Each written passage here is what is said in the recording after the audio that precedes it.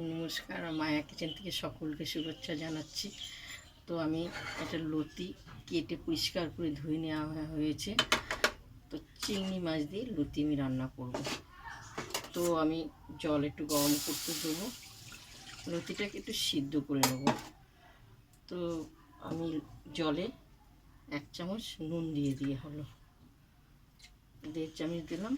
লতিগুলো সিদ্ধ করব।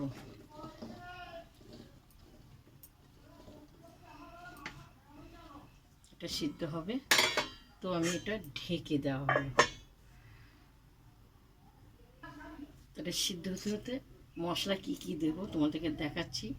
শুকনো কাঁচা লঙ্কা একটু পাকা, পেঁয়াজ, রসুন এটা দিয়ে দেওয়া হলো। তো এটা হলো সাদা সর্ষে, চামচ 2 চামচ 3 চামচ পরিমাণে সাদা সর্ষে দেওয়া হলো। এটা এবার পেস্ট করব। একটু জল দিতে হবে, তো পরিমাণে একটু জল দেওয়া হলো। আমি এটা পেস্ট করব।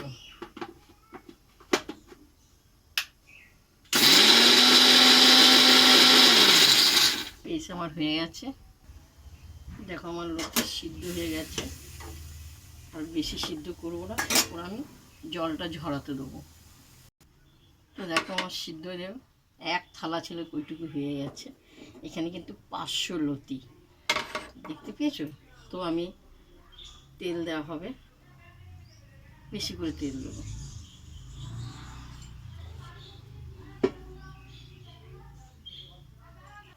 তেলটা খুব সুন্দর গরম হয়ে গেছে।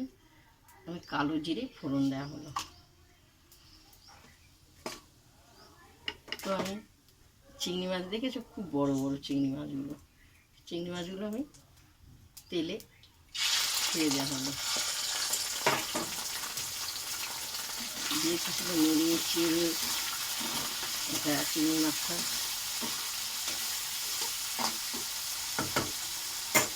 তো আমার ওই যে পেস্ট করা আছে এগুলো আমি দিয়ে দেওয়া হলো, সব দিয়ে দেওয়া হলো চিংড়ি মাছে।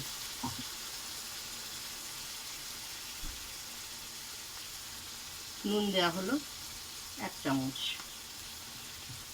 পরিমাণে, হলুদটা দিয়ে দেওয়া হলো 1 চামচ পরিমাণে দেওয়া হলো। দিয়ে ভালো করে কষাবো।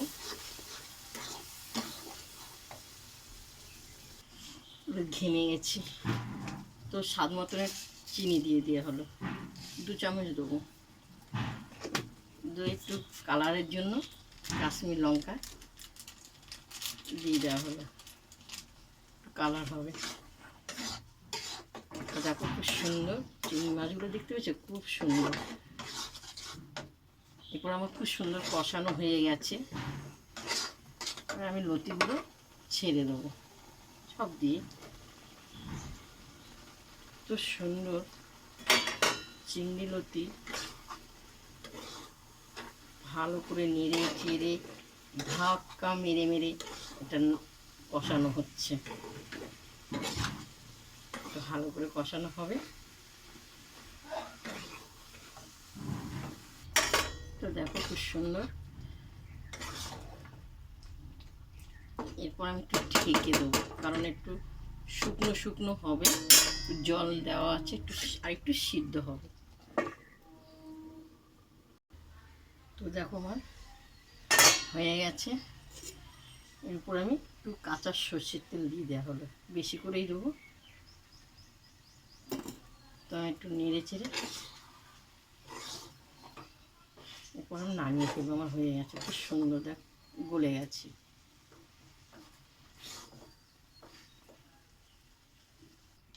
তো দেখো খুব সুন্দর।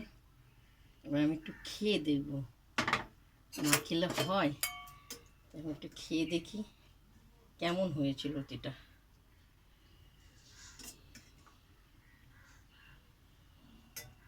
খেয়ে দেখবো, তো আমি একটু খেয়ে দেখবো। একটু লতিটা দেখো খুব সুন্দর সিদ্ধ হয়ে গেছে, হেভি ঝাল মিষ্টি